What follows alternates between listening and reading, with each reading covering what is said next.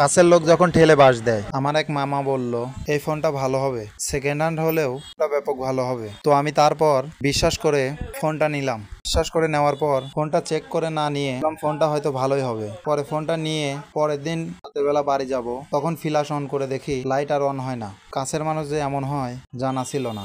পরে এসে বললাম ফোনে তো ফ্ল্যাশ জ্বলতেছে না মামা। তখন সে আমাকে বলল ফ্ল্যাশ না জ্বললে তাই কি, ফোন তো ভালো আছে। ফ্ল্যাশ ছাড়া কি ফোন চালানো যায়? আসলে আপনারাই বলেন, কাছের মানুষ এভাবে কাক কাক বাস দিছে, অবশ্যই কমেন্টে জানাবেন।